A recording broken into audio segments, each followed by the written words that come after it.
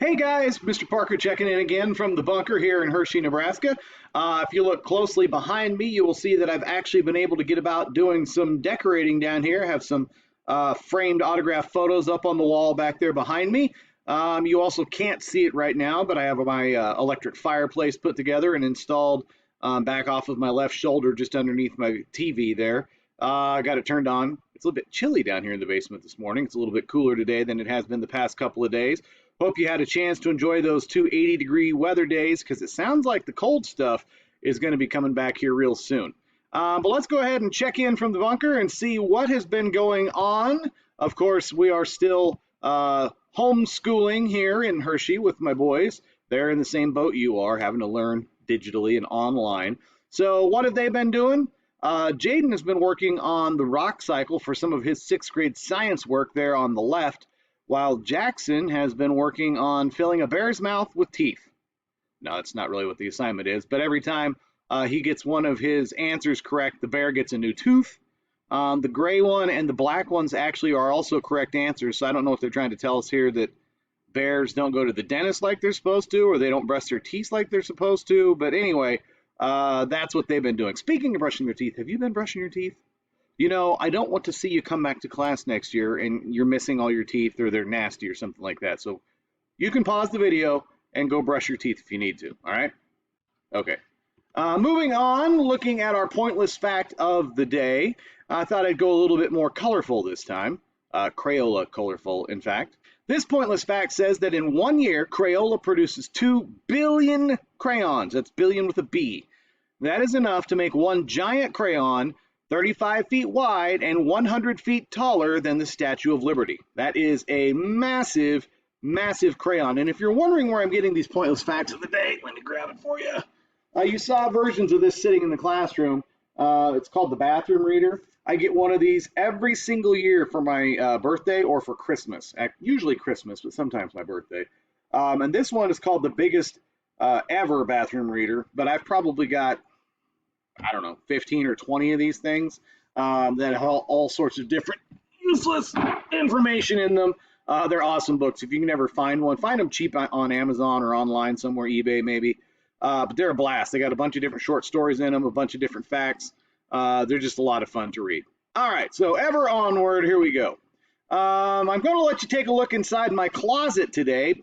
A couple of you have said, yeah, you got a lot of hats. We know that. You got to see my sock drawer, all the belt buckles and stuff like that. But what about shirts? Well, there's really no way I can show you all the shirts. I don't have a screen that would be big enough to show you all the shirts, so I'm going to kind of have to break it down. This is just all the hoodies that I own that are Kansas City Royals. I believe there are 13 of them here, including the one that I'm wearing today, which happens to be my oldest Royals hoodie. This one is, I think this one is like 8 or 9 years old now. This one right here, this gray one, is from 2014, and this one is from 2015. Those are the 2 years the Royals went to back-to-back World Series. But other than that, like I said, I think there's 13 of them here. This one right here is one of my favorites. It's actually got my name on the back of it and my high school football number, which was 50, kind of running down the spine. It's kind of cool. This one right here is a very lightweight hoodie.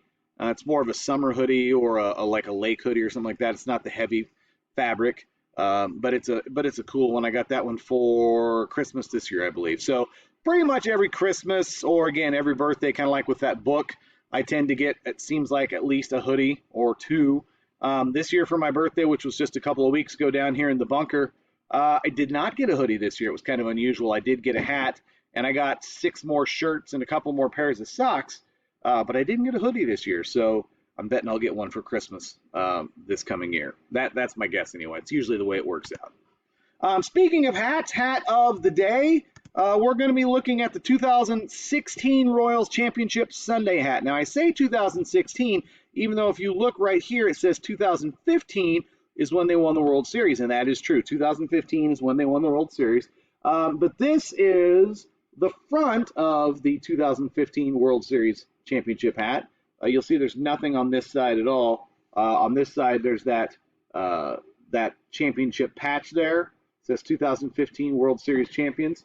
The unique thing about this hat is all the lettering, the K and the C, are done in gold.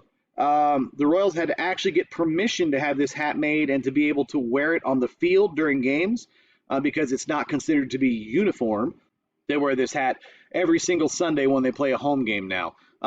Baseball, of course, is on hold because of the coronavirus thing. It's going to be kind of interesting to see if and when baseball season gets rolling. Normally, baseball season plays 162 games and starts in late March or very early April. Starting to look like they're talking about maybe a 100-game season, so knocking like 62 games off the season, which kind of stinks for a guy like me who likes to spend as much time as possible watching or at least listening to baseball games. But we'll take what we can get at this point, okay? I'm introducing you to a new bobblehead today. Let me get to our screen here. First of all, you guys remember Kendris Morales telling you how to practice social distancing by staying this far away from people. And a lot of people are like, well, why is it so important that we stay that far away? Well, the reason why it's important so you don't end up looking like this guy, okay? Now, obviously, no. Obviously, there is no zombie apocalypse going on, but you kind of get the hint. You want to stay as far away from people as you possibly can while still being social. I get that you need to talk to people, but you don't need to be all touchy-feely like a lot of you guys are. You don't need to be hanging on to everybody every single time you have something to say. Don't need to run up and hug everybody. Don't need to run up and punch everybody. Maintain some social distance, okay? Just do what you're supposed to do. And then, of course, you've got my buddy Alcides Escobar here telling you like he tells you every day just how we feel here. Definitely feeling this for you guys. Oh, hey, by the way, today is Adam's birthday, so if you guys get a chance, you can celebrate with Adam today. Maybe go get yourself a piece of cake somewhere, light a candle, blow it out, and think of Adam today. He's celebrating his birthday in quarantine, just like your buddy Mr. Parker got to do last week, okay? All right, that's going to wrap things up for this particular check-in from the bunker. I hope everybody is staying safe. I hope you're all finding something to do. If you are not finding something to do, I do need to remind you guys that Edgenuity classes are currently online. You can get your information from your email if you've been checking that like you should be. If you have any questions, of course, be sure to email me. Some of you still have some book thief work you can turn in to me. Some of you still have quite a bit of personal finance class that you can get done and get turned into me. But Elijah and Adam have knocked personal finance out. I got to check, I think, like 2 or 3 quizzes on Adam, but I'm pretty sure he's done. Alexis is getting close. Marissa's been working on it. Book thief, Elijah's done. Alexis is done, except she needs to take the final test.